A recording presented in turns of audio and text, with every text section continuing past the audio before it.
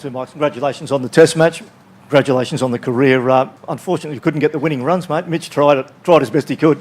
I was telling Mitch the over before, if it comes up that you hit it, I'm more than happy. Let's just get this over and done with. So, and I was hoping Pup and Ed were going to be there at tee because the crowd was starting to get a bit vocal, and I was going to make sure that they tried to finish the job as well. So, I was hoping we could make the runs none down, but and then I was hoping Pup and Ed could finish it off. But no, more than happy just to be out there when the winning run was hit. It's a dream come true. You weren't happy to be in there with the skipper and run him out and then get the winning runs? No. I just wanted the job done. Really, the most important thing was making sure we won the Test match, and it was nice to be out there, I guess. But in at the start of the day, I would have loved to get the runs none down. Andrew, Michael, skipper, you got the result that you wanted. Did you feel as if you may not have, I guess, achieved everything else that you wanted from the game in terms of the batting not being as convincing as you may have hoped? Look, at the end of the day, I couldn't be happier. We've won the series 3-0. That was our goal against Sri Lanka. I'm very proud of the way the boys performed throughout every Test match, both with bat and ball. I've said for a long time, I don't care who takes the wickets, and I certainly don't care who gets the run. So, no, I'm very happy. Once you saw how the wicket played, was there some anxiety that maybe you got it wrong with the four seamers, and maybe it was more of a spinning deck, and was there some concern about having to play that last innings against Saraf? No, not in my mind. I knew what I was in for when I won the toss and bowled. I knew the wicket was drier than what it was last year against India. So it was always going to be a good batting wicket on day one. I think I've played a fair bit of cricket here at the SCG. So there was risk there to win the toss and bowl, and there was risk there to pick four quicks, but I also knew there was enough in the wicket in the first 2 hours leading up to lunch that first session, where I don't think we executed our skills as well as possible. But with the attack we had, I was confident we could bowl Sri Lanka out for a reasonable total, and then I had confidence in our batting. I probably would have liked even more runs first innings with the bat, but to be able to get a 100-run lead, I think was pretty important, and Matthew Wade deserved a lot of credit. Mike, you were left out of the one-day series. Were you upset about that, and what was your reaction when that was decided? I would have liked to have played, but the selectors spoke to me and just said that they're starting to look towards the 2015 World Cup, and that's fine. I understand where they're trying to go, but yeah, it would have been nice to play, but I totally understand where the selectors are going. It's no worries. So, do you kind of wish you didn't say I'm retiring and they might have picked you? Yeah, maybe I should have waited a little bit longer, but no, what a place to finish. SCG is probably my top 3 favourite grounds in the whole world. The crowd support and support in general has been a bit overwhelming, really, and I've been a little bit embarrassed by it, to be honest. But no, in a way, I'm quite relieved that it's over now. There's the stress, the pressure is all. I can just relax away from that now. I don't have that sick feeling in my stomach before every game or before I bat. Sorry, pup. So I feel like the pressure's off, and I feel very proud to be able to finish here in Australia and finish at the SCG. So is it sunk in that that's it? No more baggy green? It probably has. It probably sunk in a long time ago because I have known for quite a period of time that this is sort of when I wanted to finish. So I've been prepared for it, I guess. But yeah, I'm sure there's definitely going to be aspects that I'm going to miss as well. Like being out there when the winning runs are hit in a Test match, helping Australia win a series, or being in the dressing room with the boys after the game, singing the team song. There's certainly things that you're going to miss, but all good things have to come to an end at some stage. Mike, Nathan Lyon taking over from you as the far right. Sorry. Nathan Lyon taking over from you as the custodian of the team song. When did you, I guess, decide in your mind that he was the person you wanted to do it, and what about him sort of made him the man? Well, I spoke to him in Melbourne. I told Pup and Mickey after the Test match in Melbourne that Sydney was going to be my last, and I picked Nathan because I think he's a man of great character. I think he plays the game for the right reasons. I think he understands and respects the fabric of the baggy green cap. And that's what I want to come through from him, when he leads the team songs in the future. Not to say that the other guys don't, but I just think he's a man of great character, and the people before me certainly have had great character, and so I wanted to look for those sort of traits in the next sort of songmaster. Michael, not getting the opportunity to, I guess, say farewell to other grounds around the country, is that something that you you ruminate on at all? Not really, no. As I said, I've been a little bit overwhelmed and a bit embarrassed by the amount of fanfare I've had in this particular Test match.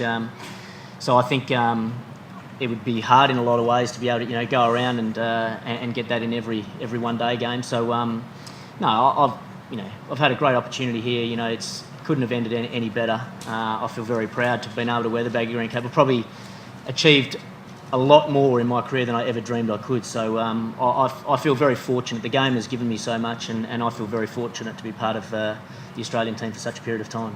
Just one for Michael Clarke. Was it a bit surreal to be out there batting with Ed and just hear the chant of Hussey going around the ground? To be honest, I said to Ed, I know the feeling. I got booed, I guess 12 months ago I was booed every time I walked out to bat in Australia, so it was nothing new to me. It was just nice it was somebody else and not me for once. Look, I don't think anybody was having a go at Ed. They just have the utmost respect for Michael Hussey, and they wanted him out in the middle to be there at the end and hit the winning run. So, yeah, I think Ed took it with a grain of salt. Michael Clarke, I just wondered, given that the SCG does have a bit of a history of spinning, and given that you've got India coming up, was it tempting at all to play Maxwell? It would have been a good chance to have a look at him before India? He's certainly come into contention, that's for sure. And we thought long and hard about it, but we thought the best 11 to win this Test match was the team we picked and to bowl first. It's Test match. To me, playing Test match cricket is not about presenting opportunities. It's about winning. Our goal was, like I said, after losing to South Africa, to win this series 3-0, and we thought that was the right 11 to win this Test match. And with your hamstring, how long do you reckon you'll miss? Only the 2, or do you reckon you'll need a bit longer to sort of feel tickety-boo? I think I'll miss the 2 games, and I'll be fully fit and ready to go in Brisbane. Ready? Just on the Hussey chance, Mike, when you were bowling, and then before you batting, what were you thinking? I mean, what was going? It must have been a bit weird. I mean, it sounded like the old Lily chance. I was trying to persuade Pup not to bowl me in both innings, really. I was saying to Pup in the first innings, mate, we've got 4 fast bowlers and a spinner, and you want me to bowl. What is the theory behind this? But there's always method to his madness. He said, the game's just sort of just petering along a little bit. Let's get the crowd involved. Let's get the batsmen thinking about something different. So, it's worth a try, I guess. But yeah, I don't enjoy bowling, but I'm happy to help out with the odd over here or there. What about waiting to bat, though? I mean, I haven't seen that before at a cricket field, yelling out for the next batsman to come in. Yeah, I was telling myself, I was sitting next to Mickey Arthur, telling him if we could get on the loudspeaker and tell him to all be quiet. I wanted the 2 out there to do the job, and I could just sit there and relax. But no, as I said, it's been a bit overwhelming, really, the amount of support I've had.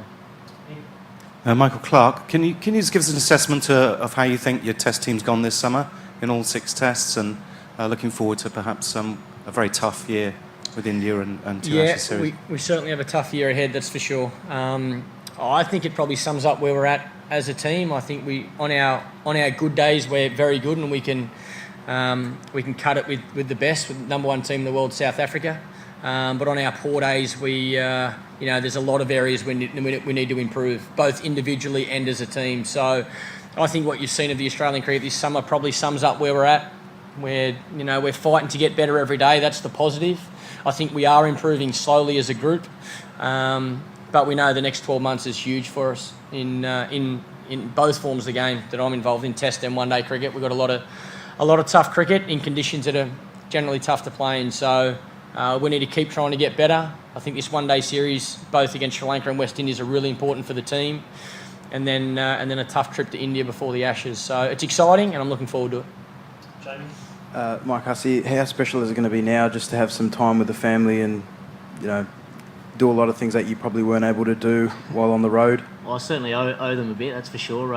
They have been fantastic support over a long period of time. To be able to, I think we're away for up to probably 8 to 10 months of the year. It is a big stress on family life. It's also hard for the player, being away for that period of time. So I'm looking forward to having a bit more of a normal life as such, and having plenty more time with the family. I'm looking forward to watching the children grow up, really, and being part of their lives. William loves his cricket, so being able to go there and help him out with that. Jasmine loves her netball, so with that, and gymnastics. Molly's the same. She loves her swimming. So be able to go there and support them and be part of their lives is something I'm certainly really looking forward to. Michael Clarke, are you happy with the progress your batsmen have made throughout this Test summer? And also, how challenging will it be playing spin in India on those wickets? It'll be really tough, especially in the second innings. In the subcontinent, it's generally very tough to play spin bowling. I think we're improving. I think, like I say, there's certainly areas that we need to continue to get better at. Spin bowling's probably one of those areas, but in a couple of months' time, we're going to be faced with conditions that do spin a lot, so there's no better place to get better than in the subcontinent. So, like I say, I'm really happy with the way we finished this summer in regards to the Test format.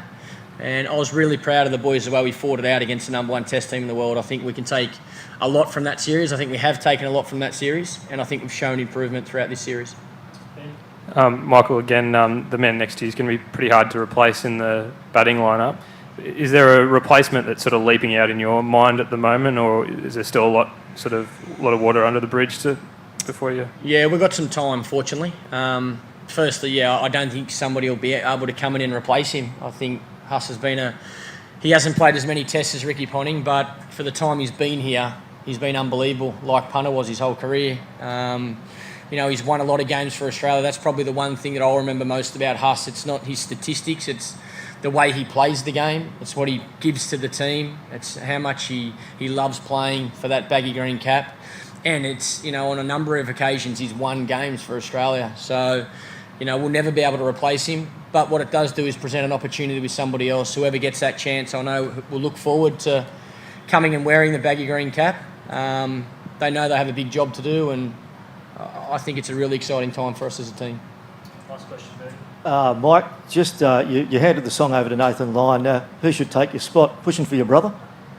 Sorry, take the Test spot side? in the Test side. Oh, well, I think I'm in answering also both questions. I guess I'm not worried about the team at all. I think history's shown that the game always moves on. Players come and go, but the team will always move forward. So I think I'm really excited as well for Pup and for the team, because I think there's some brilliant candidates that can come in. And I guess the emotional one would be for Dave to come in and play Test cricket. I know he's wanted to do it for a long time, and that would be pretty amazing. But as I said, I think there's probably half a dozen very, very good candidates that I think personally could come in and do a fantastic job.